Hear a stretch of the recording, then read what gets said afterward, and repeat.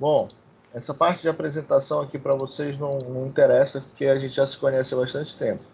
Mas vamos iniciar aqui a apresentação com o histórico da pandemia, para que vocês consigam se situar sobre os acontecimentos que acabaram levando a gente a estar hoje na situação que nós estamos, de remissão, porém, tivemos picos da doença, tivemos muitas perdas, e a gente precisa entender a cronologia disso tudo, porque eu tenho certeza que é a primeira vez que vocês estão observando o surgimento de uma doença, né? E é a primeira vez que vocês estão conseguindo observar na pele o impacto, né, do surgimento de um novo vírus. Porque a pandemia que tivemos em 2009, né, de influenza H1N1, ela não trouxe para a gente o mesmo impacto que o Covid trouxe, né?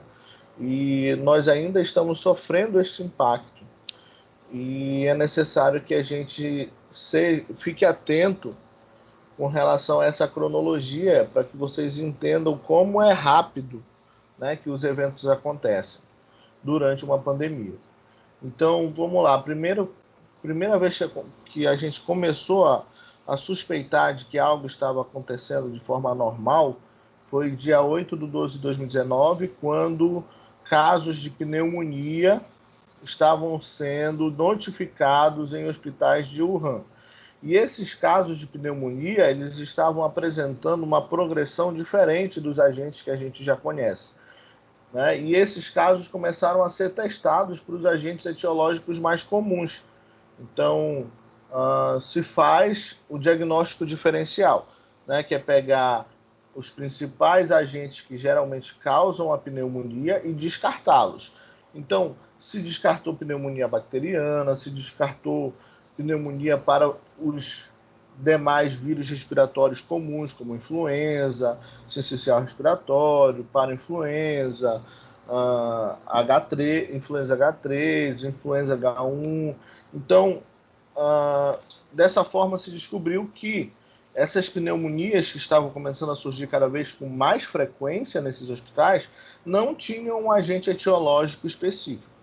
Tá? Só em 29 do 12 que se faz a identificação com um código genético. Não foi um mapeamento genético, mas se divulgou que esse vírus que estava causando essa pneumonia tinha particularidades genéticas diferentes de todos os outros vírus que se conhecia. Ou seja, se tratava de um novo vírus. Tá? Em janeiro, lá no dia 3 de janeiro, o Brasil, reconhecendo esta informação, junto com outros países, pede informações à Organização Mundial de Saúde. Ou seja, provoca a organização que ela comece a emitir os boletins que vão nortear como os países vão enfrentar a pandemia. Tá? E a organização, lá no final de janeiro, no dia 21 de janeiro, ela vai emitir o primeiro boletim epidemiológico relacionado a esse novo vírus e ao comportamento dele, no que vem se observando nos hospitais de Wuhan. Porém, houve um equívoco aqui nesse processo, né? Porque em 21 do 1, quando ele divulga o primeiro boletim epidemiológico, ele trata ainda como risco moderado. Eu não sei se vocês lembram das notícias que saíam em janeiro, né, de que era um vírus comum, de que a maioria das pessoas não iam sentir sintomas. A gente já viu que isso não é verdade. A maioria das pessoas são sintomáticas, né, e que seria raríssimo o agravamento, coisa que a gente também observou que não foi verdade. Com a progressão dos casos e a observação de que o grau de disseminação ele era muito grande, apenas 7 dias depois, a OMS ela admite, né, uma avaliação equivocada e altera o posicionamento para risco alto, tá? Que é comumente como os vírus respiratórios são classificados. No dia 3 de fevereiro, a gente tem a emergência nacional, né, em que o Brasil ele vai declarar a emergência de saúde pública por saber que a chegada desse vírus aqui era iminente, não poderia ser evitado, né? Que a gente teria que fazer era se preparar para recebimento desses novos casos. No dia 7, nós tivemos a sanção da lei da quarentena, que o presidente da República ele sancionou a lei da quarentena com as restrições a determinadas atividades e a abertura para que prefeitos e governadores pudessem atuar no fechamento de atividades, fechamento do comércio, fechamento de atividades escolares. E também houve uma capacitação na Fiocruz, em que profissionais de todos os LACENs foram para lá para serem capacitados a fazer o diagnóstico laboratorial da Covid-19. Tá? Em 26 de fevereiro, nós temos o primeiro caso confirmado de Covid aqui no Brasil, no estado de São Paulo. Vocês conseguem observar, pessoal, que o Brasil ele entrou na lei da quarentena no dia 7 de fevereiro. Alguns países entraram na quarentena ainda no dia 30 de janeiro, né? Ainda no dia 3, no dia que foi emitido a elevação do risco para alto, no dia 28, alguns países no dia 30 já haviam se preparando, né, para fazer esse processo. O Brasil só recebeu o primeiro caso no dia 26/2. Foi um dos países que mais demorou, levando em consideração a sua proporção, a ter um primeiro caso notificado. Tá? A gente teve primeiro nos Estados Unidos, a gente inclusive acompanhou tudo isso, né, da televisão, os casos chegando nos outros países e a demora para chegar aqui no Brasil chegou apenas no final de fevereiro. Porém, nós estamos numa pandemia. Numa pandemia, tudo é questionável, né? Numa pandemia, a gente precisa rever a epidemiologia, rever as notificações, a gente precisa voltar para a parte epidemiológica e entender de fato o que aconteceu. Então, até essa publicação do primeiro caso já foi questionada com alguns estudos que precisam ser melhor implementados, precisa de uma melhor investigação, mas são indícios de incompatibilidade, né? Dizendo então que o Ministério da Saúde ele pode ter, né, observado que a circulação do coronavírus não aconteceu a partir do final de fevereiro, como foi notificado no primeiro caso, mas que o vírus ele já estava circulando desde janeiro aqui no Brasil. Tá? E também houve um estudo, houve uma notícia de jornal que eu li, que eu achei interessante. Eu não consegui trazer aqui para vocês, mas eu achei muito interessante que ele falava que pacientes que eram candidatos à doação em um hemocentro, que esse hemocentro conseguiu detectar anticorpos, né, para a Covid-19 ainda no mês de janeiro, né, sendo que o primeiro caso foi final de fevereiro.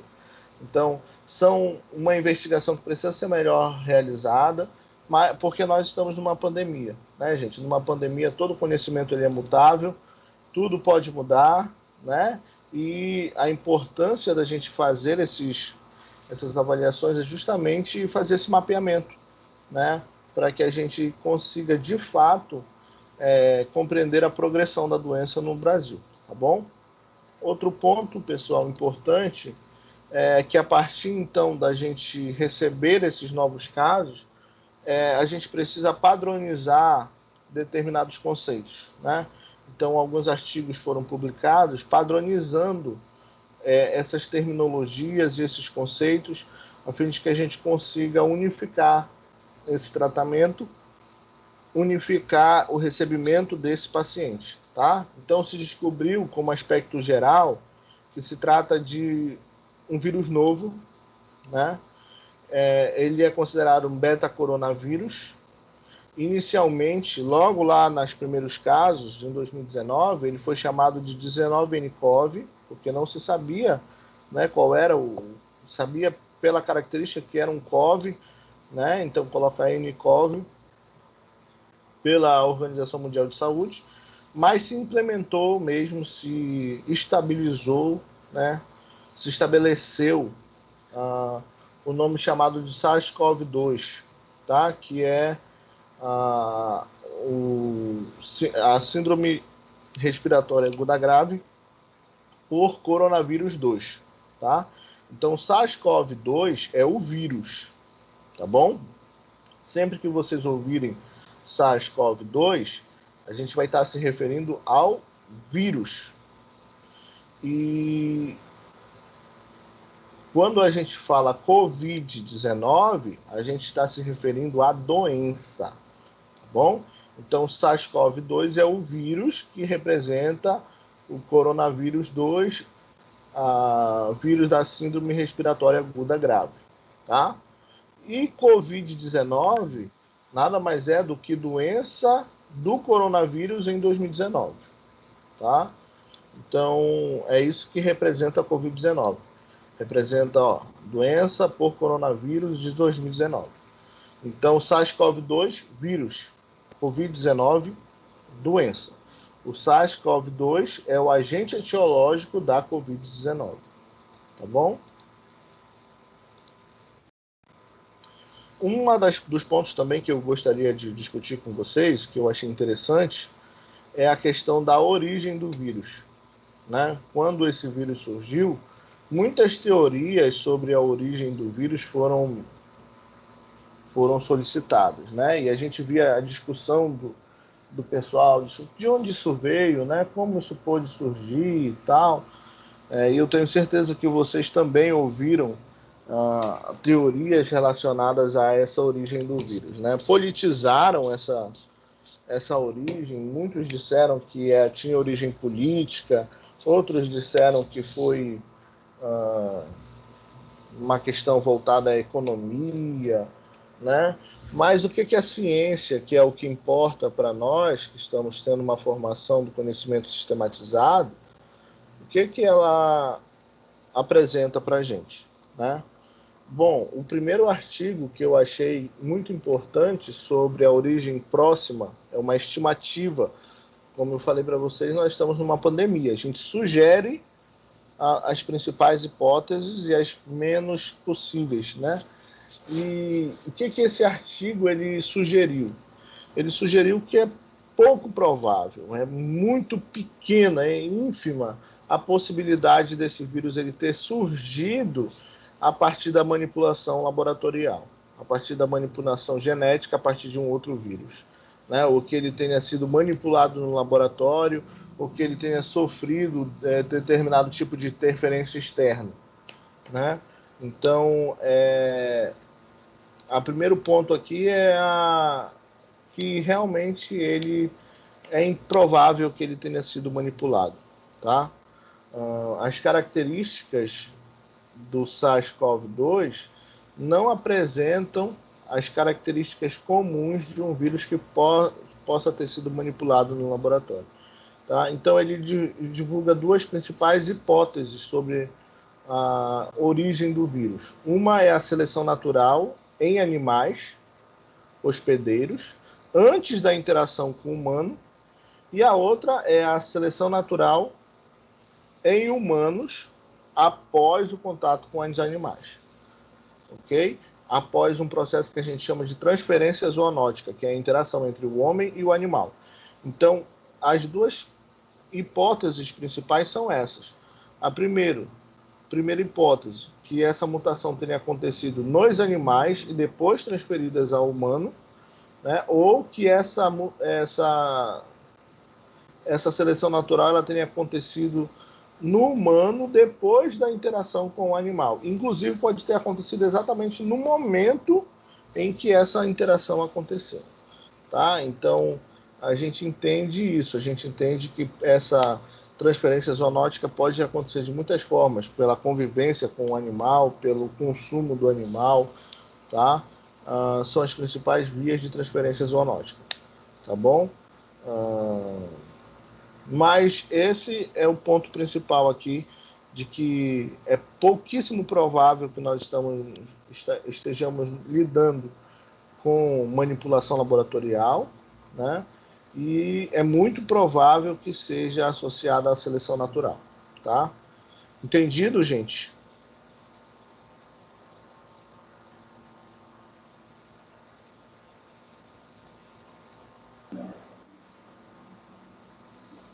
Sim. E, professor, aquela especulação que o cientista tinha encontrado fragmentos de outros vírus nesse mesmo Covid, hein? Isso é fake news, Francisco. Não aconteceu. Né? Com certeza, se houvesse essa notícia, a gente teria uma publicação aí. Olha, essa publicação aí que vocês estão vendo, dessa origem, é numa revista conhecidíssima, que é a Nature, né? E a gente não teve nenhuma publicação científica a respeito disso. Né? Ao contrário, o artigo que a gente tem mostra o contrário, né? Que não há evidência de manipulação laboratorial. Tá? Então, essa história de que foi encontrados fragmentos de outros vírus, foram encontrados maior parte de características de laboratório, isso não existe, tá? Isso é fake news, tá bom?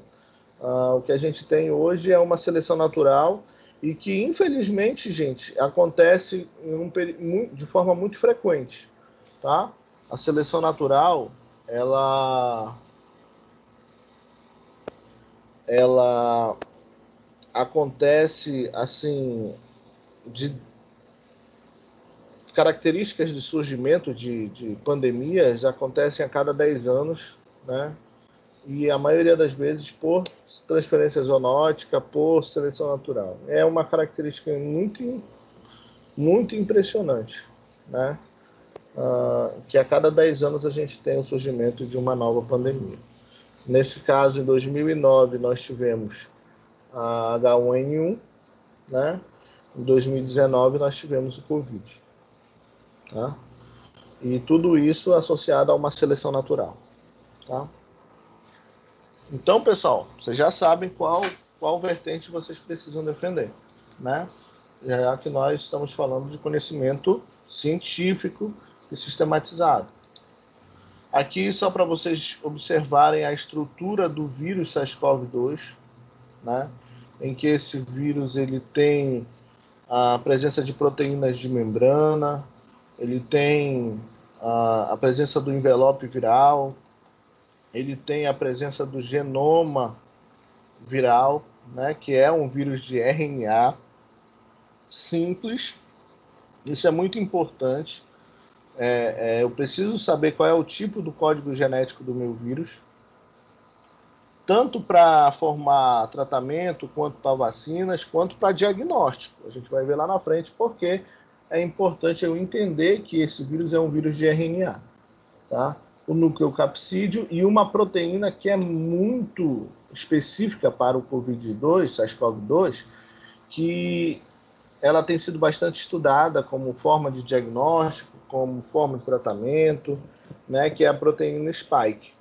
Tá? É uma proteína específica para o SARS-CoV-2 que a partir dela a gente pode tentar fazer métodos de diagnóstico, pode tentar fazer formas de tratamento mais efetivas. Tá? E as formas de transmissão? O que eu tenho para trazer para vocês sobre formas de transmissão? O que a gente ainda precisa descobrir, né? Então, as principais formas de transmissão eu vou trazer aqui para vocês, mas outras são os estudos que ainda precisam ser desenvolvidos, né? O que a gente já tem de estabelecido com relação à forma de transmissão é que a principal delas, a mais pronunciada, a que tem maior importância na disseminação do agente, é o contato e transmissão de gota, tá? É o contato e transmissão de gota. Essa forma de transmissão é a transmissão que a gente chama de mais pronunciada e importante para a disseminação do vírus. Tá? Esse contato, transmissão de gota, ela pode acontecer a partir do contato direto com pessoas infectadas, tá? Direto ou indireto. Indireto porque essa pessoa pode não estar tendo contato direto comigo, mas por eu estar nesse ambiente, eu também estou suscetível, tá? Isso pode acontecer a partir de secreções do trato respiratório alto. Então, saliva, escarro, gotículas respiratórias, procedimentos mecânicos auxiliam nessa disseminação, como, por exemplo, a tosse, o espirro, a fala, o canto, né? São maneiras que a gente tem de fazer essa disseminação. Inclusive, logo no início, se fez a estimativa da transmissão por gota e foi bastante alarmante o que a gente descobriu.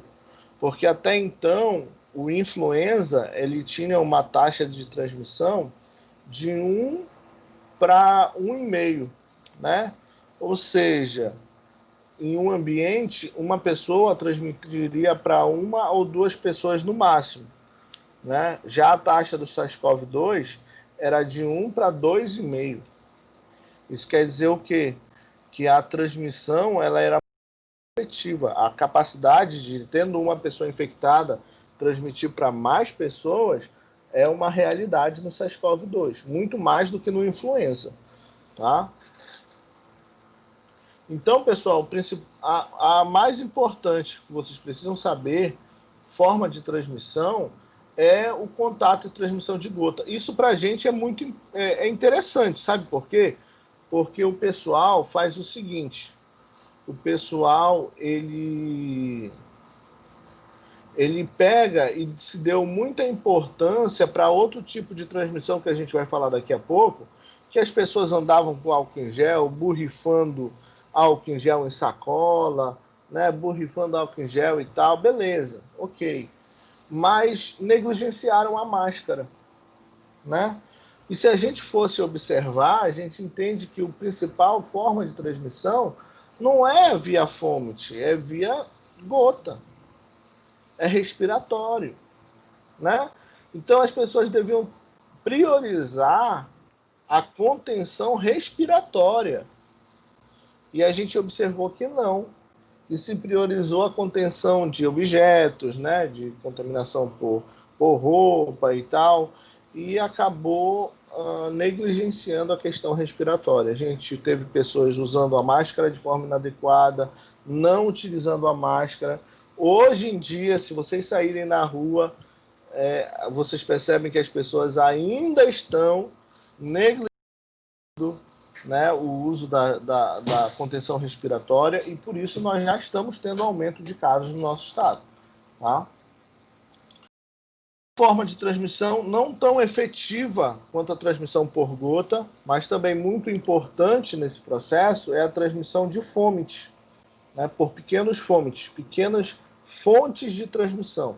Né? E essas fontes de transmissão, elas aconteciam não pela interação entre a pessoa infectada com a pessoa suscetível, mas com a pessoa infectada e superfícies inanimadas. Então, são as superfícies que são capazes de gerar esses fômites. Então, é a maçaneta, é o objeto que eu tenho mais contato, né? Os objetos na hora da alimentação, o copo que eu vou manipular, né? E algumas condições sanitárias se mostram muito perigosas nesse processo, né? Não só para o SARS-CoV, mas para outras doenças, porém com o SARS-CoV ficou ainda mais evidente, né? Por exemplo, aquele copo comunitário que fica nos bebedouros, né? E mais diversos tipos de transmissão, tá? Pessoal, agora o que é importante trazer para vocês como uma atualização a essa questão das formas de transmissão professor, a gente já estava bem difundida essa questão do contato respiratório, mas é possível ser transmitido com contato com matrizes biológicas que tenham um vírus, sim ou não? Sim. Onde é que eu ainda encontro o vírus? Bom, pessoal, a gente já descobriu que é a presença de vírus competente, ou seja, de vírus capaz de causar infecção nas amostras biológicas de fezes e urina. Tá? Já foram descritos casos em que se encontrou o vírus, né, capaz de causar infecção nas fezes e urina de pacientes. Tá bom?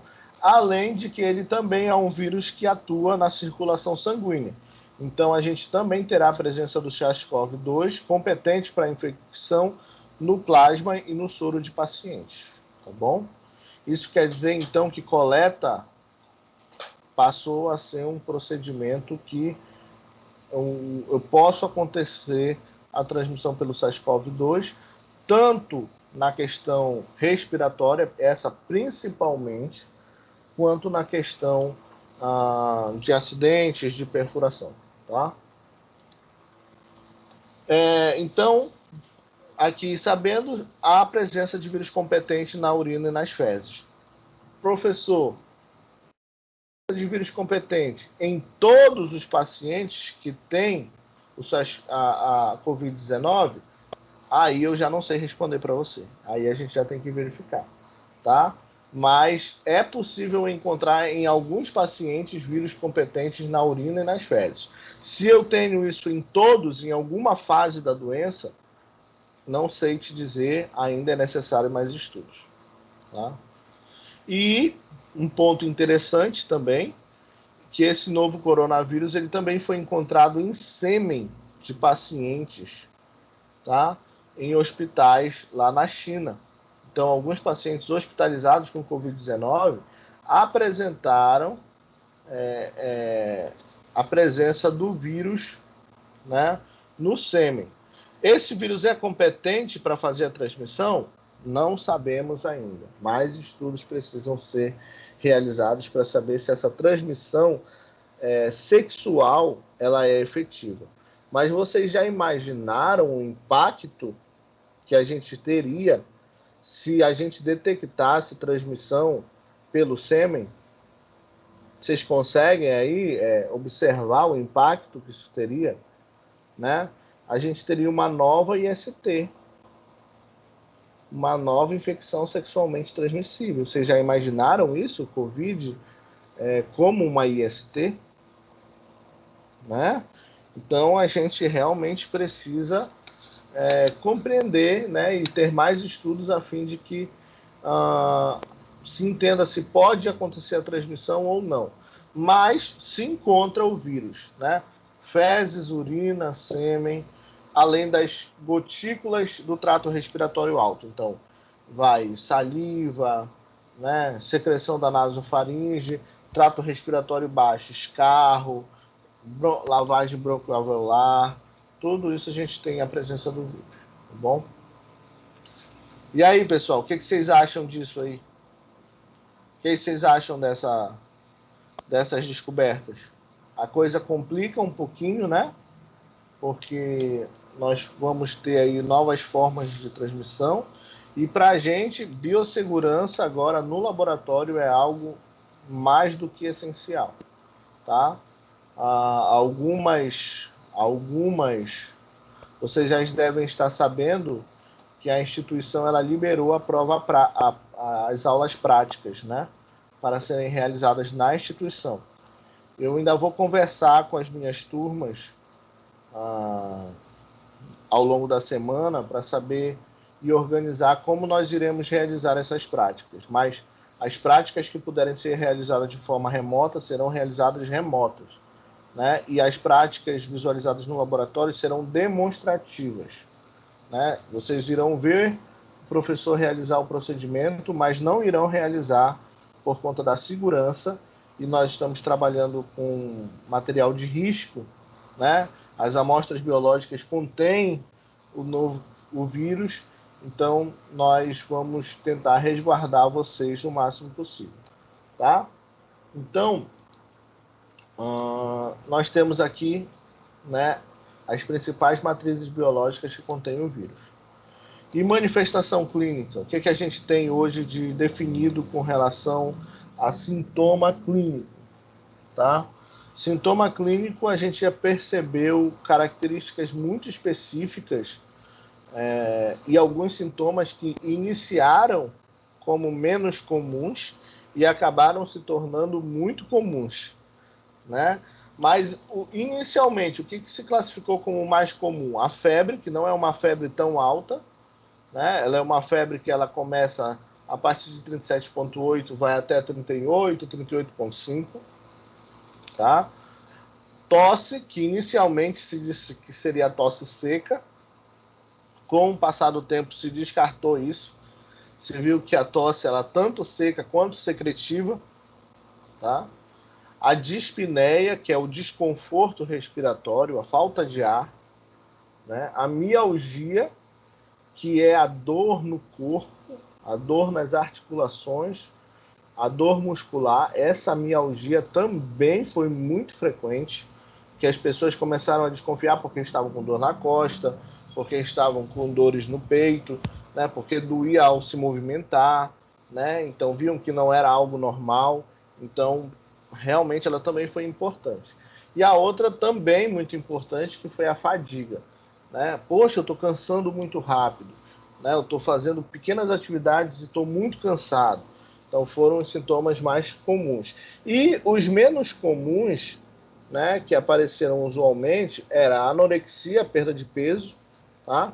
Produção de escarro, a dor de garganta, confusão mental, inclusive alguns pacientes com lapsos de memória e até mesmo alguns casos de alucinação, tonturas, dor de cabeça, dor no peito, hemótise, que seria a produção de escarro com sangue, né? A presença dos distúrbios gastrointestinais também, teve gente que só relatou isso. Não, só tive uma diarreia, só tive uma náusea, um vômito, né? A dor abdominal, a congestão, né, conjuntival, que seria entupimento dessas vias aéreas, tá? E os dois sintomas que, em vez de serem menos comuns, foram muito importantes e talvez fossem os mais comuns, de forma que as pessoas diagnosticaram a Covid-19 a partir desses sintomas, que foi a anosmia, que seria, e a hiposmia, que seria a perda súbita ou parcial, né, do olfato, e a algesia, que seria a perda do paladar. Então, muitas pessoas, eu tenho certeza que vocês conhecem, que desconfiaram que estavam com a doença devido a perderem o olfato e o paladar, né? Então, a anosmia e a ageusia, ela foi muito importante para que mais pessoas tivessem essa desconfiança e fossem buscar diagnóstico. Sim ou não, gente? Quem aí vocês conhecem que relatou a perda do olfato e do paladar? Eu tive perda de olfato e de paladar. A maioria, e grande parte deles se recuperou, né? Tipo, tá com esse sintoma até. Eu também tive perda do olfato também. e paladar. Eu tive perda do olfato e paladar e foi transitório, foi 3 dias, eu acho, 72 horas sem o olfato e em torno de 24 horas sem o paladar, né? Mas os dois estão diretamente relacionados. Agora, por exemplo, eu conheço pessoas que relatam que até hoje, eu tenho uma tia minha que diz que até hoje não retornou o olfato normalmente, porque tanto a anosmia quanto a ageusia, elas podem ser, em alguns pacientes, de caráter persistente. Então, nós temos pessoas que tiveram lá em março e abril que até hoje não sentem cheiro, tá? Estão com o olfato comprometido. E a gente vai ver por quê daqui a pouco. Gente, e as manifestações em crianças? Elas foram diferentes das dos adultos, tá? Com algumas características até bastante importantes agora que a gente descobriu, depois, inclusive, desse pico da doença, né? Mas nas crianças, o SARS-CoV, a Covid-19, ela se apresentou mais como um resfriado mesmo, tá? Então, as crianças, elas eram ou assintomáticas ou tinham resfriado leve, que envolvia um pouquinho de febre, coriza, a dor de garganta, que nas crianças, realmente, a maioria das crianças sintomáticas, elas tiveram dor de garganta, a dor de ouvido, né? E também, em casos graves, a gente teve o aumento da frequência respiratória, que é muito visível em crianças. e pouco observado em adultos, né? Mas é a formação de pequenos pontos opacos aqui que evidenciam que essa criança está respirando com maior intensidade. Os sibilos, que são aqueles barulhos que a criança faz na hora de fazer a respiração, e o batimento de abas do nariz, né? Que é quando havia a distensão e a diminuição das abas do nariz na tentativa de buscar um pouco mais de ar, né? E esse caso é um caso que caracterizava o agravamento da doença nas crianças, tá? E as crianças tiveram, além dos sintomas de resfriados, os sintomas gastrointestinais muito mais frequentes, tá? Então, esses sintomas aí, pessoal, gastrointestinais, foi mais frequente nas crianças do que nos adultos, tá? Mas depois, o que foi que aconteceu, pessoal? Se começou a observar que após o período de Covid, muitas crianças estavam desenvolvendo uma síndrome que era muito conhecida como síndrome de Kawasaki, né? Essa síndrome de Kawasaki é uma síndrome inflamatória, mas muitas crianças mesmo passaram a apresentar essa síndrome inflamatória depois do Covid, né? E foi relatado em muitos países. Aqui no Brasil a gente teve um trabalho importante de descrição dessa síndrome no Pará, né? E se observou o seguinte: parece com a síndrome de Kawasaki, mas ela apresenta algumas características específicas associadas ao Covid. Então se criou a síndrome inflamatória multissistêmica pediátrica por SARS-CoV-2. Tá? Então eu trouxe até aqui para vocês observarem um artigo que relacionava o Covid-19 ainda com a síndrome de Kawasaki, e depois um artigo que trata diretamente da síndrome descrita, que é a síndrome inflamatória multissistêmica, né, associada ao Covid em pediátricos, né, ou em crianças.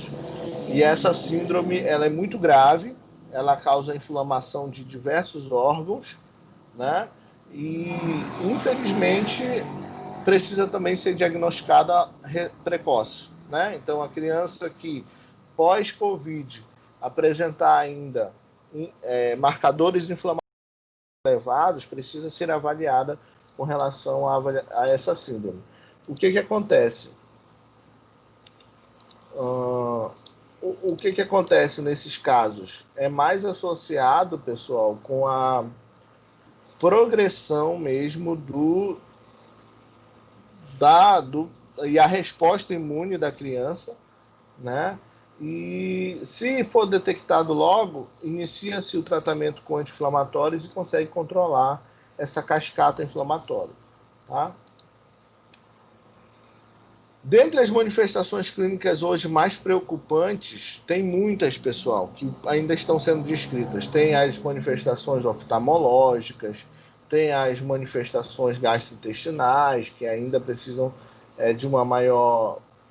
que estão aparecendo, porém as mais importantes é a cerebral, porque traz aí uma preocupação bem maior com o pessoal, e foi observado que o Covid ele consegue afetar o cérebro, né? Durante a Covid-19 a gente tem o comprometimento de algumas regiões cerebrais, tá? E esses comprometimentos é que causam os sintomas como perda do olfato, perda do paladar, confusão mental, lapsos de memória. A gente tem também a questão da como foi que eu falei para vocês, que é alucinações, né? Eu conversei com uma médica amiga e ela disse que durante ela estar na UTI no mês de maio, né, houve a presença de pacientes que acordavam em surto psicótico, né, acordavam em alucinação. Inclusive teve um paciente que pegou a tesoura, conseguiu levantar do leito, pegou a tesoura e correu atrás dos profissionais de saúde. Então a gente consegue observar que essas manifestações clínicas cerebrais, elas ser melhor estudadas. Eu trago aqui um artigo que traz aqui para vocês uma avaliação do cérebro em que vocês conseguem observar regiões em amarelo e outras regiões em azul, né? As regiões em amarelo acontece a redução do córtex cerebral, né? Diminui o volume cerebral nessas regiões, né? E nas regiões em azul acontece o que a gente chama de dilatação, né? O aumento desse córtex cerebral. E isso provoca esses sintomas, tá bom? A perda permanente, a perda provisória, tá?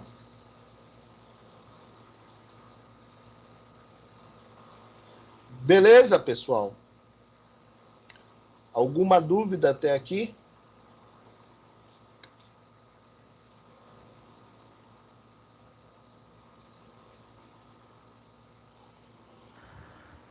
Não, professor.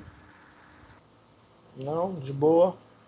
Tá, uma das coisas também que eu queria mostrar para vocês e evidenciar para vocês é que eu acabei esquecendo de falar, nas crianças, tá? Esse sintoma só foi importante nas crianças, foram as manchas na pele, as manchas vermelhas, mas isso foi associado à Covid apenas em crianças, tá? Adultos não se observou essa característica, tá?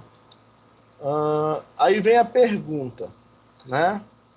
Para vocês, como diagnosticar diante de uma condição nova, diante de um vírus novo, como fazer esse diagnóstico? Primeiro ponto, pessoal, diante da situação que nós estávamos vivendo, de colapso no nosso sistema de saúde, o primeiro ponto foi clínico-epidemiológico, ou seja, baseado apenas nos sinais e sintomas. Então, pessoas que tinham síndrome gripal, que tinham síndrome respiratória aguda grave, ou que entraram em contato com outras pessoas com diagnóstico fechado, já poderiam iniciar o tratamento, já estavam inseridas dentro do critério clínico e epidemiológico, né? Só que o critério clínico epidemiológico ele foi o mais utilizado, né, por conta da demanda laboratorial, né, por conta do colapso mesmo que estava o nosso sistema. Outro ponto que foi muito importante, embora o diagnóstico por imagem não seja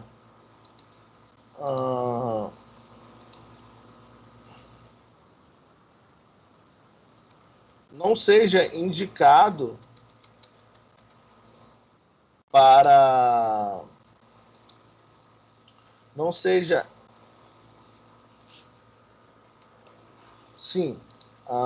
não seja indicado para o diagnóstico efetivo da Covid-19, né? Ele é mais utilizado para avaliação da progressão da doença e o comprometimento pulmonar do que para o diagnóstico, né?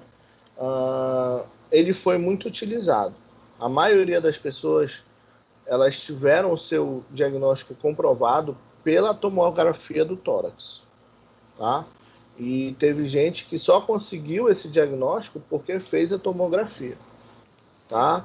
Então, a tomografia do tórax ela é muito importante, né? Esse diagnóstico por imagem ele foi muito importante e ele conseguiu medir, né, o comprometimento pulmonar. Então, a pessoa tinha um fechamento do seu diagnóstico e pedia-se que essa pessoa refizesse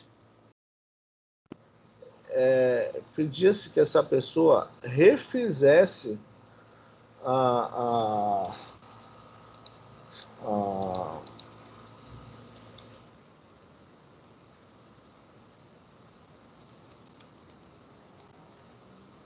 que a pessoa refizesse o exame, né, de tomografia no 8º ou no 7º dia para que se observasse se houve realmente um comprometimento pulmonar, tá?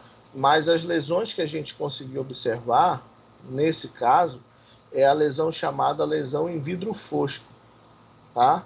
Que vocês conseguem observar aí nas imagens, que são essas manchas acinzentadas, tá? Então, o que vinha no laudo da tomografia? O comprometimento, né? Dizendo que foram encontradas infiltrações nos 2 pulmões, nas partes superiores e inferiores, e uma estimativa. O que é essa estimativa? A estimativa é uma previsão, né, de quanto esse pulmão está comprometido. Se é 25%, se é 50%, se era 75%, né? E até 25% era considerado uma lesão leve, tá? Acima de 25% acendia-se o sinal de alerta, né, para fazer essa avaliação. E o outro critério, obviamente, é o critério laboratorial, né, que seria a investigação nas matrizes biológicas, né, nas secreções em que pudesse se encontrar, pelos métodos laboratoriais, o SARS-CoV-2. Tá?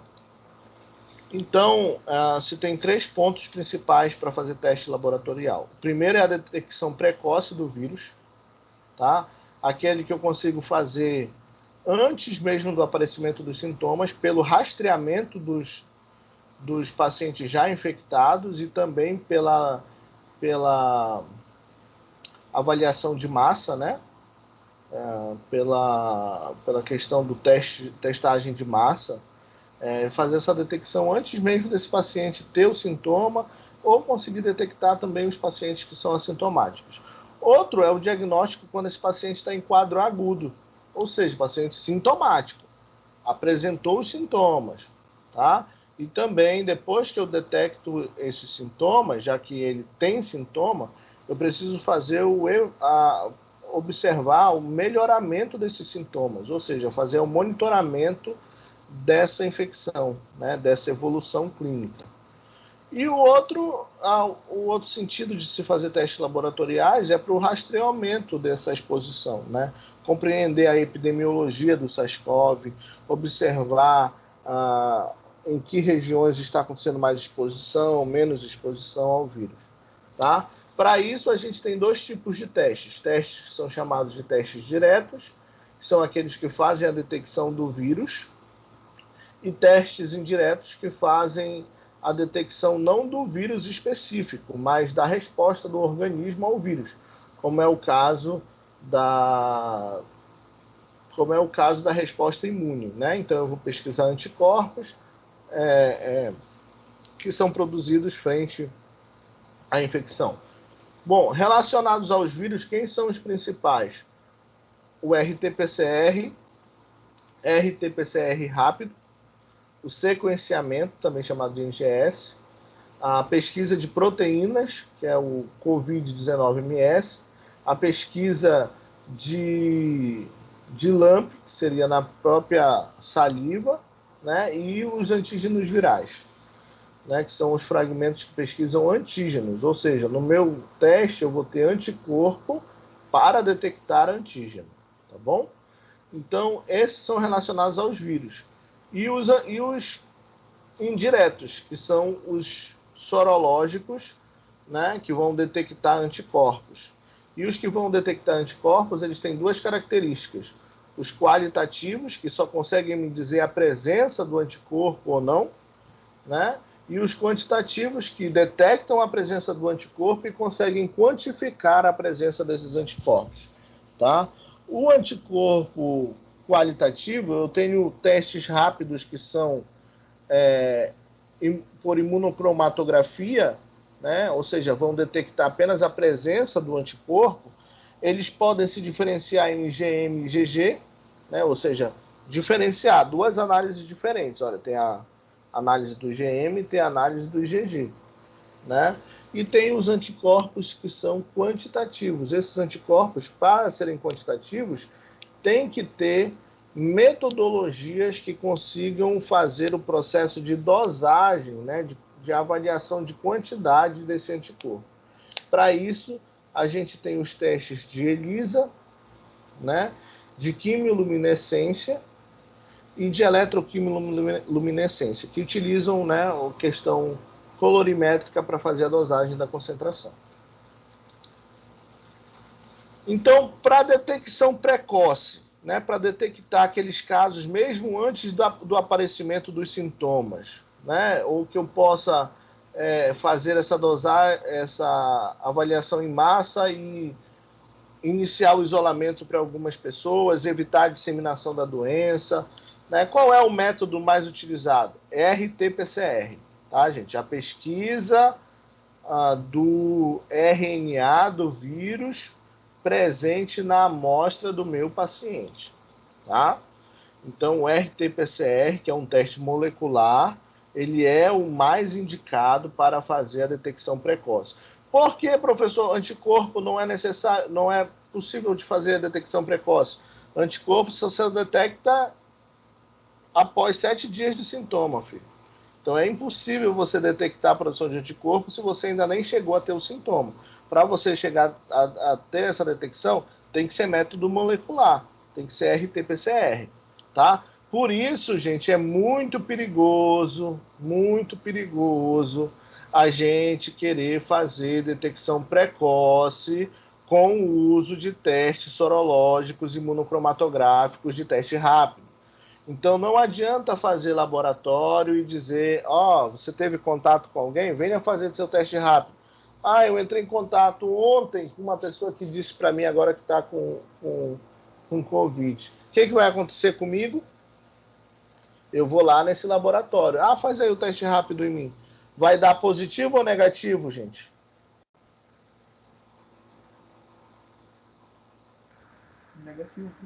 Negativo, professor. Porque a Lógico, gente, pessoa né? um anticorpo para o vírus. Exatamente. Então não tem anticorpo, gente. Vai dar negativo. Aí o que vai acontecer com essa pessoa? Ela vai sair dali daquele laboratório, né, feliz da vida, dizendo que não está com a infecção, né? E vai voltar para casa dela. E o que vai acontecer nesse meio tempo? A gente já sabe que pessoas assintomáticas, aliás, que durante o curso da infecção, as pessoas transmitem antes mesmo do desenvolvimento dos sintomas, tá? Então, é muito complicado, gente, tá?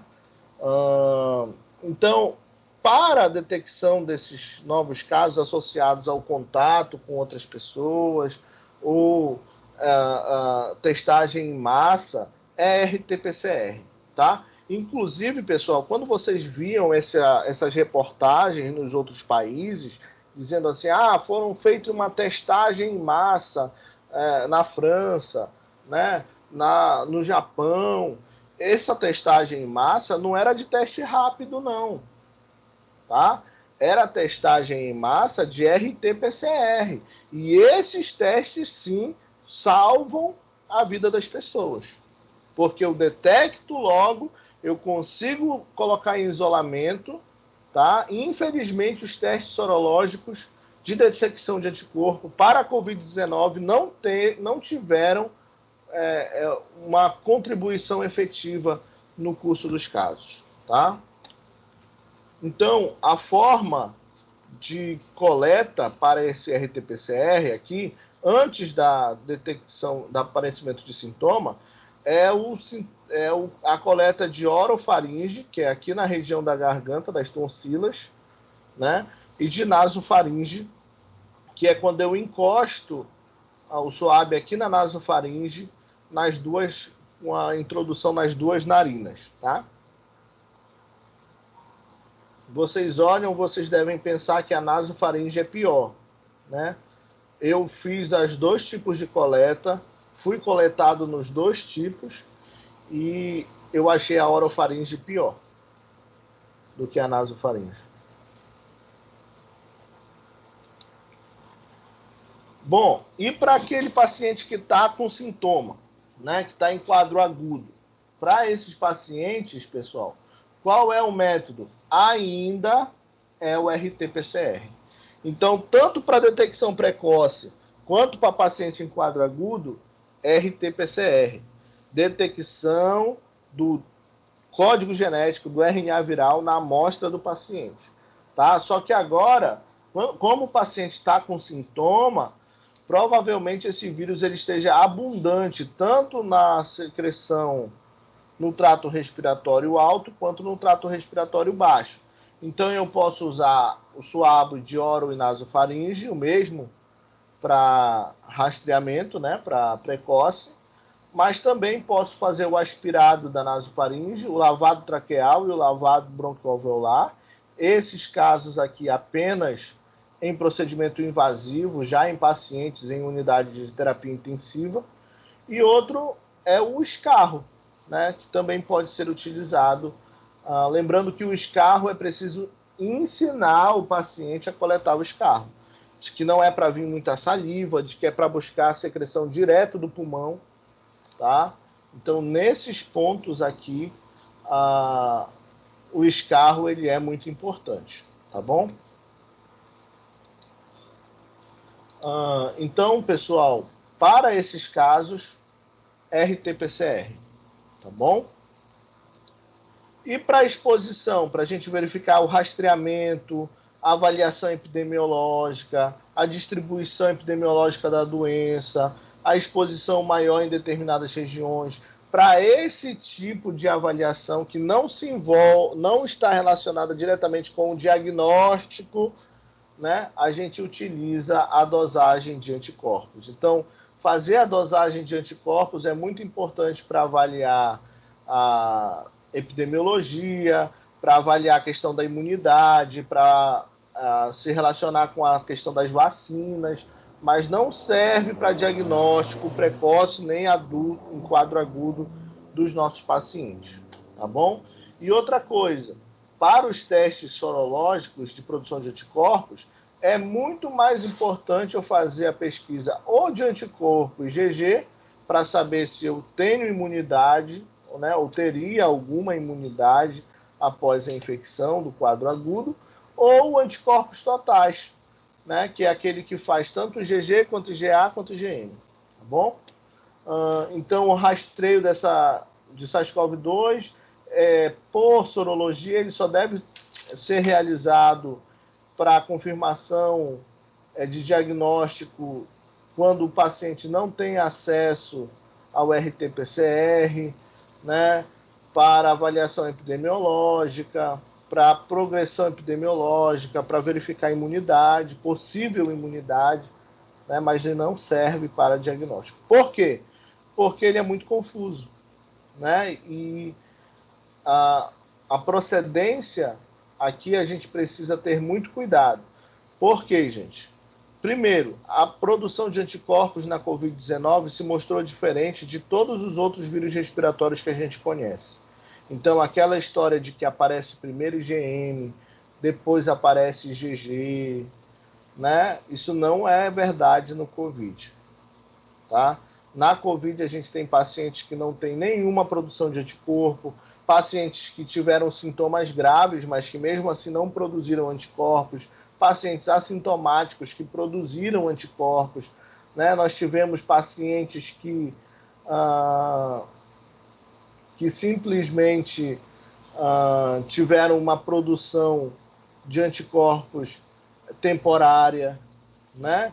Então, pessoal, os testes sorológicos, eles só aparecem após o 7º dia de sintoma. E eles ficam reagentes por longos períodos, porque o anticorpo ele tem meia-vida. Então, a gente tem paciente que contraiu a Covid lá em março, abril, e que tem até hoje o seu IgM reagente. Vocês estão entendendo? Por quê? Porque o anticorpo demora. Então, as condutas elas não podem ser baseadas em cima dos anticorpos. Tá? Então, vamos lá. Aqui quero que vocês atentem só para esse gráfico azul, né?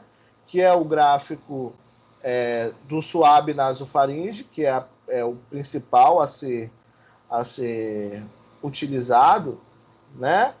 E para o rosa, que é o escarro, né? Então, são as duas amostras principais que podem ser utilizadas tanto na detecção prévia, né, antes dos inícios dos sintomas, quanto após o início dos sintomas, tá? Então, antes do início dos sintomas, detecção improvável, né? Diminui o índice da detecção por RT-PCR. Após o 1º dia de sintoma ao 7º dia de sintoma, a gente tem detecção do PCR com uma sensibilidade muito alta, tá? Depois da 3ª semana, essa detecção ela vai diminuir porque a carga viral diminui. Diminuindo a carga viral, diminui também a capacidade de detecção do vírus. E só depois da terceira semana em diante a gente vai ter detecção de anticorpos, tá? Então, fazer detecção de anticorpos antes disso não tem significado clínico nenhum. Tá bom? Aqui, para vocês observarem como vem o laudo do RT-PCR, né? Esse laudo aqui é meu, né? Esses dois exames são meus. Um aqui está como detectável, né? Ou seja, RT-PCR dá esse laudo, gente. Ou eu detecto RNA viral ou eu não detecto, tá? Então, vem como detectável e não detectável, tá? Aqui, para vocês observarem como vem os testes sorológicos, né? Os qualificados, aqueles que não dão o número, né? Não conseguem dosar a quantidade, a gente tem IgM não reagente e IgG não reagente, né? Por quê? Porque eu não consigo quantificar quanto de reagente deu. E aqui vocês veem um teste rápido, né, um teste monocromatográfico que faz referência a esse laudo aqui, tá? E aqui do lado vocês já conseguem ver um ELISA ou um teste feito por imunocromatografia, em que a gente já consegue dizer quanto de anticorpo tem. Então, tem IgG, olha, 4,35, né? Reagente, né? IgM, 0,4. Ah, mas para estar reagente tem que estar acima de 1,1. Então, não reagente, tá? Então, a preferência é que seja feito sempre os testes sorológicos, tá? Quantitativos, tá bom? Que eu consiga quantificar o IgG e que eu consiga quantificar o IgM. Assim eu consigo observar se esses títulos eles estão decaindo ou se eles estão aumentando. Se eu estou em fase aguda ou se eu já estou em fase de recuperação, não tenho mais a Covid, mas mesmo assim o anticorpo ele vai estar reagente, tá bom? E aqui vocês conseguem observar que a Organização Mundial de Saúde, o CDC, Yale, RCPA, eles não recomendam testes sorológicos para fazer diagnóstico da Covid.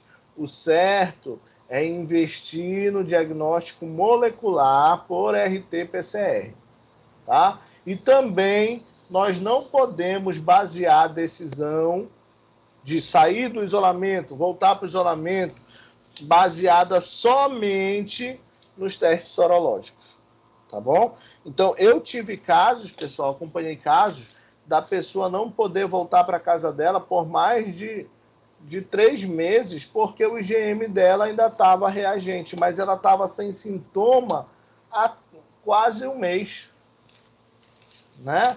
Então, essas decisões clínicas são baseadas somente em testes sorológicos, tá? Não podem ser baseadas em testes sorológicos. Aqui a gente consegue observar, então, que o RT-PCR ele é o padrão ouro, né? Ele fica detectável por mais de 15 dias, podendo chegar a meses. A gente tem pacientes que têm o RT-PCR aí positivo por 3 meses. Quem são esses pacientes? Pacientes que têm casos graves, tá? E o RT-PCR pode negativar, professor? Sim. Alguns pontos podem fazer com que ele dê negativo. Quais são? Coleta da amostra precoce, né, antes da detecção do teste, ou tardia, má qualidade da amostra, principalmente quando relacionada ao escarro, né? O outro é o manuseio e o transporte inadequado, a presença de mutações no vírus, a oscilação na carga viral, tá? E erros técnicos, né? Mas quando esse PCR dá positivo, detectado, primeiro ponto, ele confirma a infecção, não a doença, tá? Confirma a interação com o agente infeccioso, que o vírus ainda está lá, mas ele não confirma que eu ainda esteja transmitindo ou que eu ainda esteja em fase aguda. Quem vai me dizer isso é o meu sinal e sintoma. Esse meu paciente ele já se recuperou, tá? E pode ser, em alguns casos, que a gente tenha a detecção do RT-PCR, mesmo após os 15 dias, né? E isso não quer dizer que ele esteja transmitindo o vírus, tá? Para isso, eu tenho que fazer a avaliação do paciente lá nos sintomas dele, tá? Outra, presença de vírus não viáveis, né? Fragmentos de genoma não infectantes e vírus envolvidos nas células imunológicas também podem ser detectados. Então, geralmente, nesse caso, detecta o vírus, mas esse vírus não é competente, não é viável para fazer infecção, tá? Para a gente saber, então, se essa pessoa que continua com o RT-PCR positivo por longos períodos, se ela ainda está transmitindo, primeiro ponto é saber se ela tem sintoma, né? O segundo é fazer o RNA subgenômico dela, que vai evidenciar a transmissão, tá? Então, aqui é só para vocês entenderem o fluxo do RT-PCR, que ele tem a preparação da amostra, cadastro do paciente, cadastro no GAL, né, que é o Gerenciador de Ambiente Laboratorial do Brasil. Então, todas as amostras são cadastradas. É uma doença de notificação compulsória, então tem que ter ficha epidemiológica. Depois que essa amostra entra, ela é alicotada e é feita uma preparação da amostra para poder extrair o RNA. Posteriormente, vai para a fase de extração, porque eu tenho a amostra lá com tudo dentro. Tem proteína, tem tudo ali naquela amostra. Eu quero extrair dessa amostra só o RNA do vírus. Se tiver o RNA do vírus, vai aparecer. Se não tiver, né? Aí a preparação da placa, que é colocar essas amostras nas placas, mais colocar os componentes do PCR, que é a enzima polimerase, a TAC, né, e todos os componentes para que o PCR aconteça. E depois eu faço a amplificação. A amplificação é basicamente isso, pessoal. Eu pego essas amostras e começo a colocar em variação de temperatura elas. Aumenta a temperatura, congela, aumenta, congela. E isso faz com que, se houver um vírus, se houver ali RNA viral, ele vai se transformar em cDNA e vai formar uma curva, dizendo que ele foi detectado. Se é negativo, não forma a curva. Então, aqui do lado, vocês têm exatamente como aparece nos equipamentos de RT-PCR, a formação das curvas, olha. Ok? E quanto antes se forma a curva, maior a quantidade de material genético viral. Então, por exemplo, se eu tenho aqui uma curva que iniciou no 12 e eu tenho outra curva que iniciou no 22, eu digo que esse paciente do 12 tem mais RNA viral do que o paciente que iniciou no 22. Entendido, gente? Então, como é que a gente interpreta esses testes laboratoriais? RT-PCR positivo, fase precoce, ainda está em período de incubação para anticorpo, né? Não deu tempo de produzir um anticorpo. Se a gente conseguisse detectar todas as pessoas nessa fase, gente, né, de positivar o RT-PCR antes do IgM-IgG, antes do 7º dia de sintoma, né, seria o ideal, porque a gente ia diminuir muito a transmissão, né?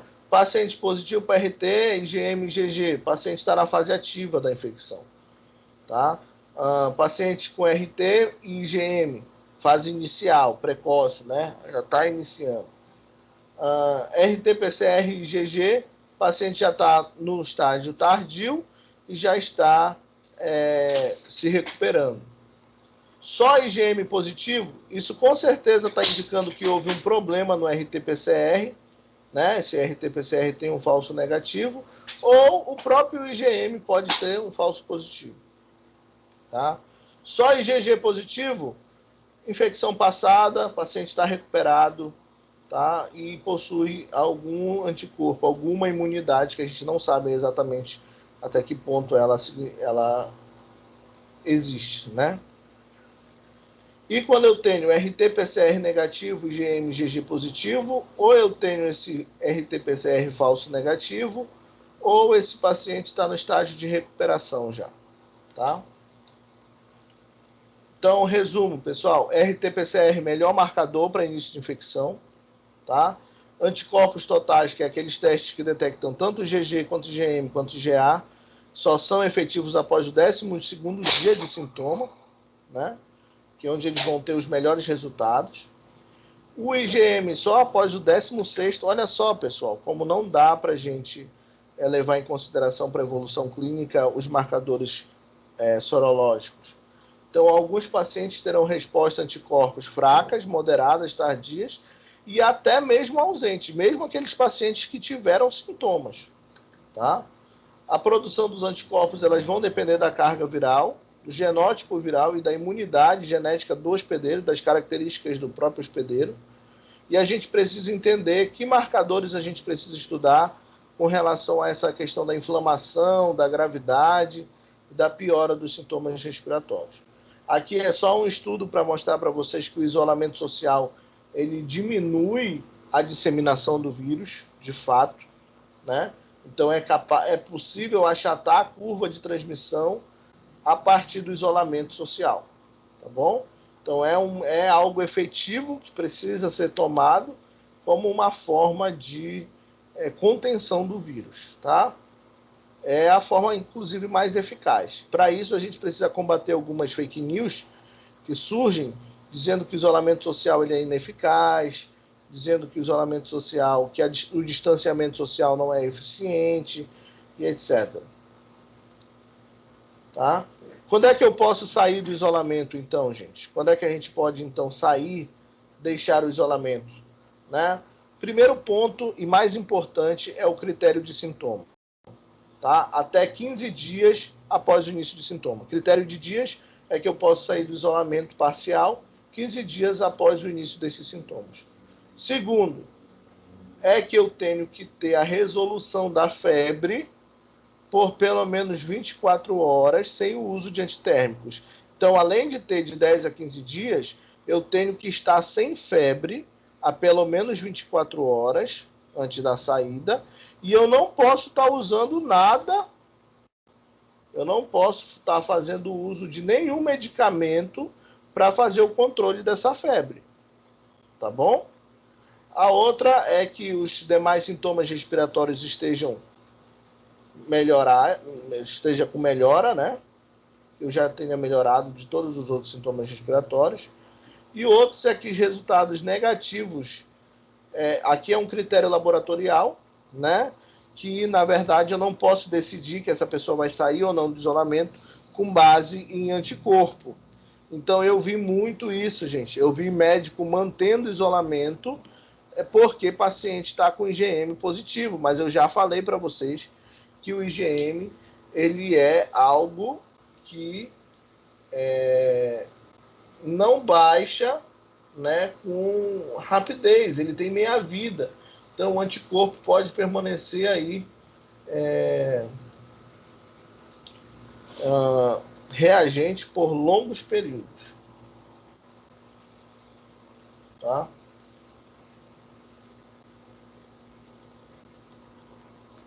Bom, gente, mas se eu basear, né, o meu isolamento em testes sorológicos, eu posso ter algumas consequências. A primeira delas são os resultados falsos negativos. Então, quando começa a dar não reagente, quando na verdade o paciente está com a doença. Então, eu vou tirar o paciente do isolamento e ele vai disseminar o vírus. Tá?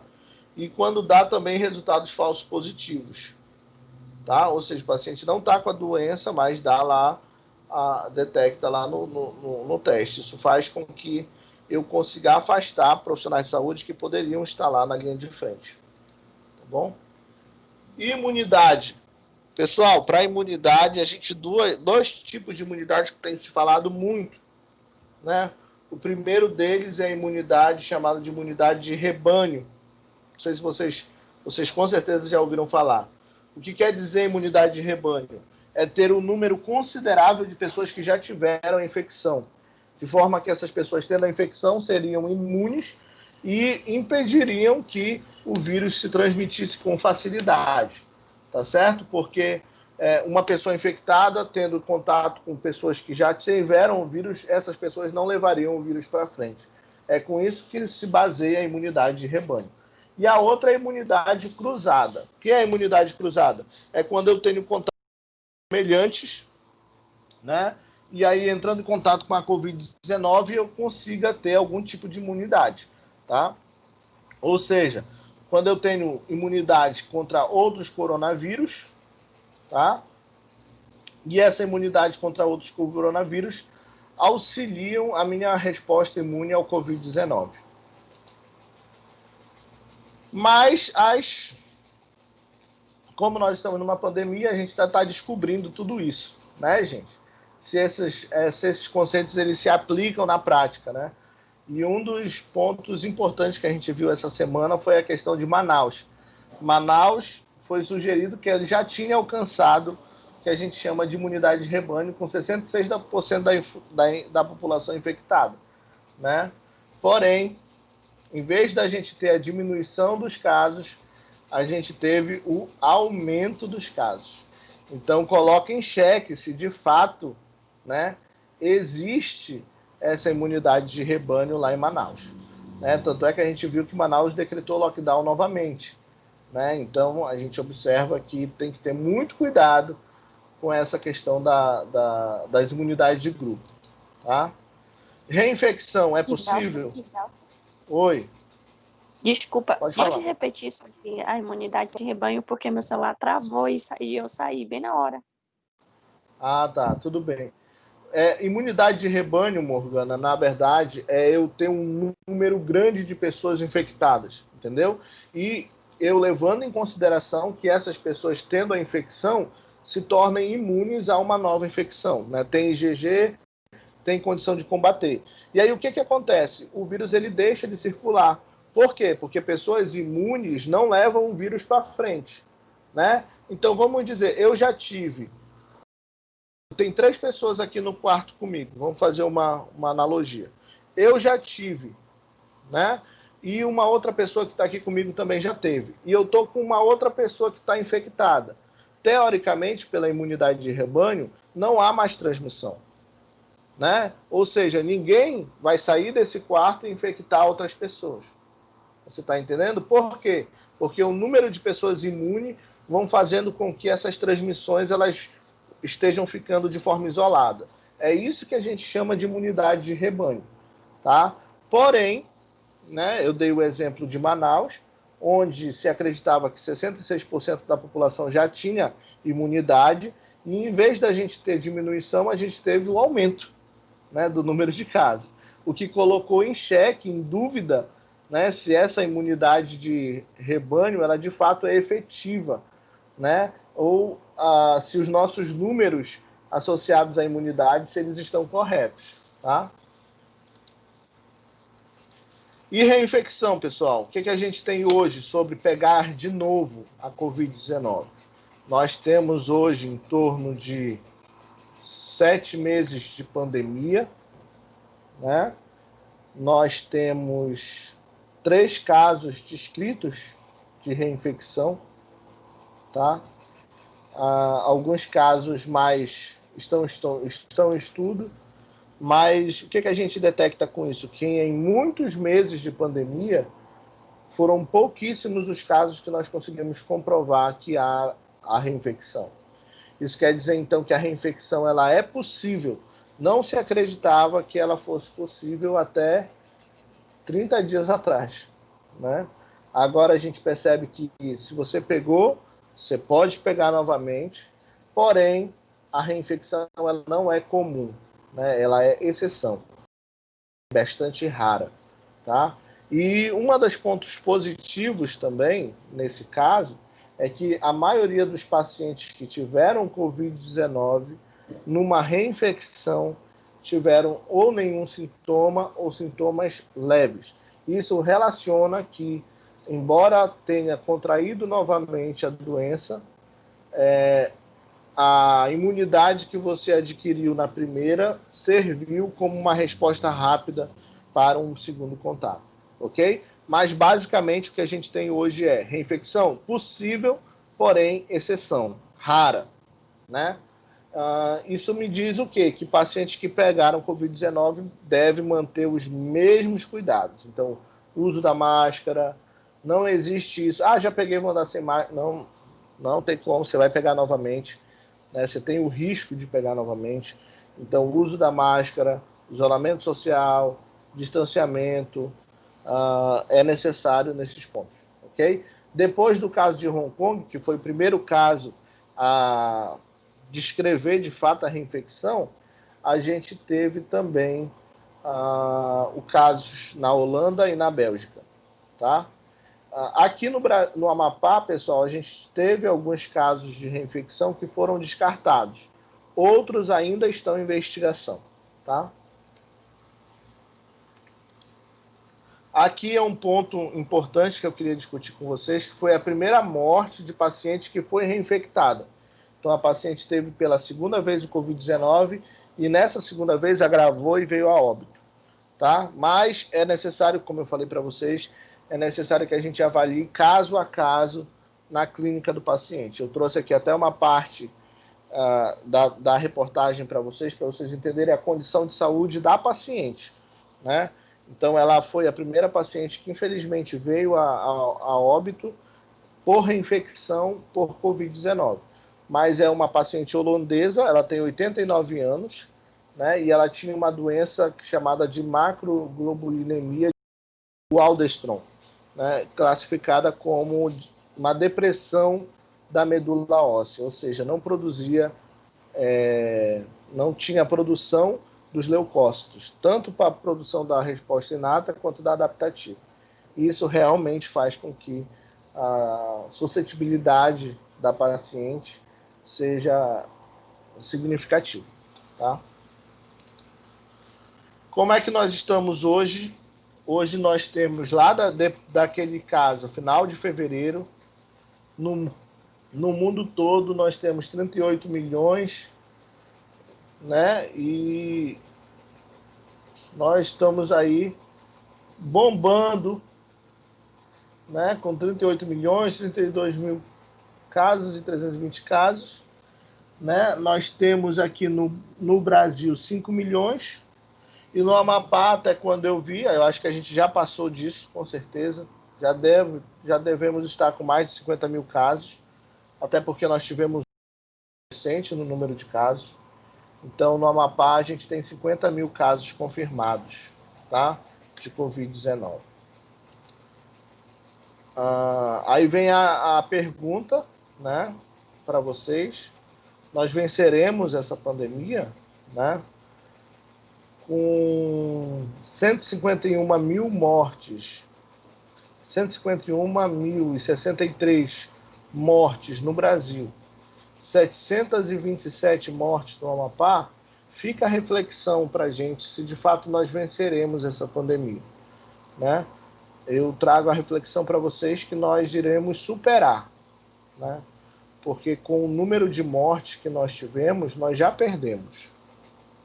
Com certeza nós já perdemos, né? Fica muito difícil a gente dizer que nós vamos vencer com tantas pessoas que perderam a vida, né? Então, eu acho que nós já perdemos com o número de óbitos que nós tivemos, mas eu acho que nós podemos superar, né? Nós iremos superar essa condição, com certeza. Aqui mostra que a Covid, uma classificação importante, eu estava comentando com os alunos essa semana sobre como a Covid ela é influenciada por outros fatores, né? Como um fator social, um fator econômico, como a presença de outras doenças afetaram a progressão na Covid.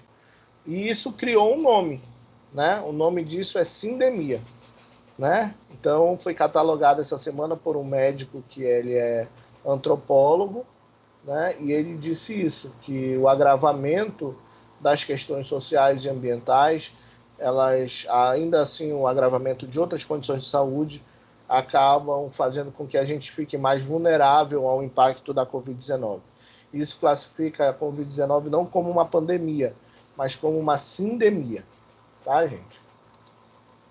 As boas notícias para vocês é que as vacinas elas já estão em fase avançada, nós já estamos em fase 3, na maioria das vacinas, e elas serão custeadas pelo SUS, tá bom? Então, o Ministério da Saúde, a partir do programa de imunização, que é um programa muito antigo, né, no Ministério da Saúde, ele vai estabelecer também a distribuição da vacina para a Covid-19. A minha a minha convocação a vocês é que vocês defendam o SUS, que é um programa que possui esses programas muito importantes para a nossa população. Tá? Como produção científica, eu trouxe aqui para vocês o artigo da Josi, né, que eu tive a oportunidade de orientar ela na especialização. Então, a Josi foi me orientando tanto na graduação quanto na especialização. E nós temos aí o artigo da interação do SARS-CoV-2 com o gene da angiotensina 2, que é um gene muito específico para a entrada do vírus dentro da célula.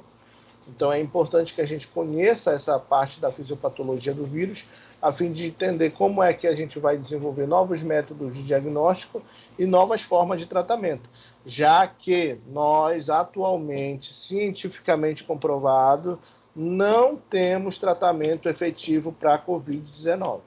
Tá? Deixar claro isso aqui para vocês.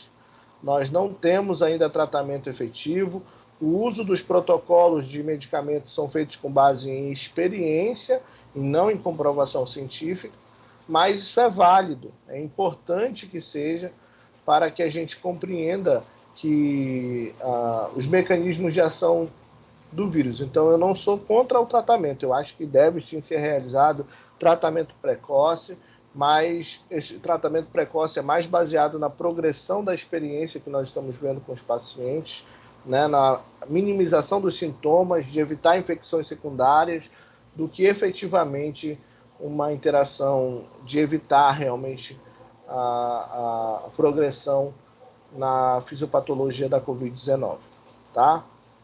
Então, pessoal, nesse ponto aqui, é importante que a gente faça o estudo desses marcadores que estão associados com um agravamento, né, e com possíveis agravos aí. Ela defendeu esse artigo como conclusão da especialização dela, e é importante que a gente faça essa produção científica aumentar aí. Aqui, só apresentar para vocês a equipe responsável pelo diagnóstico da Covid-19 no estado do Amapá. Foram profissionais muito guerreiros nesses meses agora. Nós temos aqui a doutora Ivna, a doutora Márcia Cavalcante, que deu uma palestra para vocês na semana acadêmica. Infelizmente, pouquíssimos alunos da biomedicina se engajaram na semana acadêmica, né? Então, a professora Márcia falou sobre o diagnóstico das hepatites virais. A gente teve também a doutora Andréia, né, falando do diagnóstico da influenza e da vigilância dos vírus respiratórios. Então, foi essa equipe aqui responsável por fazer o diagnóstico da Covid andar no estado do Amapá, né, por RT-PCR. Tá? Então, finalizando aqui para vocês, foi essa a exposição realizada. Espero que vocês tenham obtido informações importantes aí com relação ao diagnóstico. Tá? Eu quero o relatório para o próximo sábado. E vamos para as perguntas. Vocês têm perguntas, gente?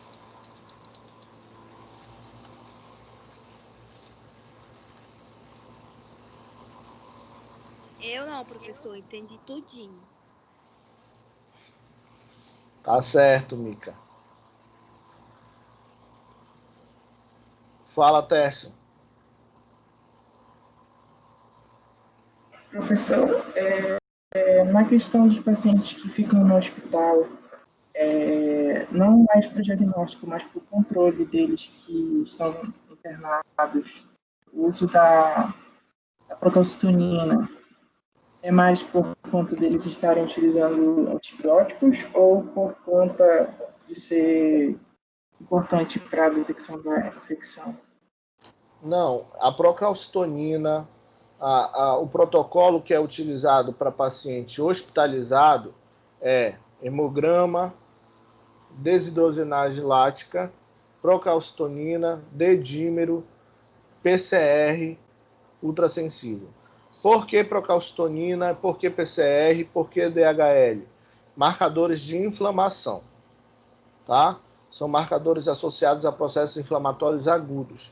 Então, eu preciso avaliar esses marcadores diariamente para saber se meu paciente está tendo uma melhora ou uma piora no quadro, porque o paciente que está internado é paciente que não está mais na fase infecciosa, ele já está na fase inflamatória. Então eu preciso saber se o meu anti-inflamatório, se o corticoide que eu estou dando, se ele está fazendo efeito para esse paciente, se ele está de fato impedindo que esse paciente tenha um agravo da cascata de inflamação. Tá? Entendido, Té? Rivelto. Entendi, Oi. professor. Ô, Michele. Oi. Uma pergunta assim, uma dúvida, né? Esses pacientes que tiveram novamente o Covid, né? Tiveram a segunda vez. Teve algum relato que teve alguma modificação nesse vírus? Que teve alguma alteração? Então, a maioria dos casos está sendo estudada que seja, na verdade, uma reinfecção porque teve contato com uma outra cepa, né?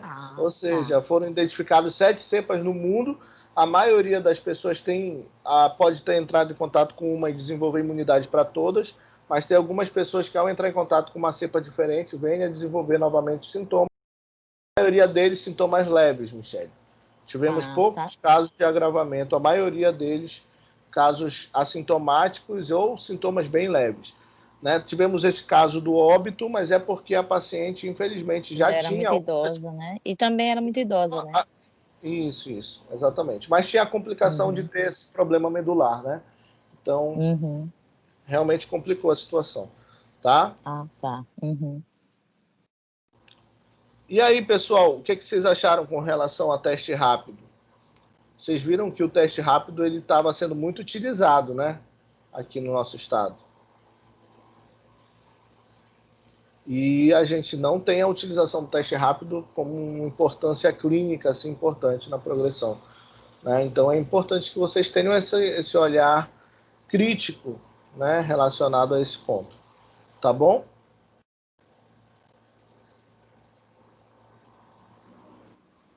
Certo. Professor? Ok. Oi, pode falar. Sobre o vírus está sendo encontrado em outros líquidos biológicos não comuns à sua infecção. Como que é feito os testes para saber se esse vírus encontrado nesse outro líquido ele é viável? Isso, viável. Existem muitas fases nesse estudo, Tess. O primeiro é detectar o sequenciamento, saber que tipo de vírus está sendo encontrado. Né? Segundo é fazer a quantificação desse vírus. Quanto eu encontro? Né? Depois eu tenho que fazer o RNA subgenômico para saber se esse quanto eu encontro é suficiente para mim causar infecção. Entendeu? E a segunda e fase mais difícil é evidenciar essa transmissão. Entendeu? Eu conseguir observar casos que cheguem comigo relatando esse tipo de transmissão. Entendeu? Porque pode ser que eu tenha vírus viável, beleza, é capaz de causar. Mas eu não sei se na relação sexual, de fato, isso vai acontecer. Entendeu? Então a gente precisa visualizar isso na prática clínica. Tá bom? O médico tem que observar essa visualização, essa transmissão. Tá?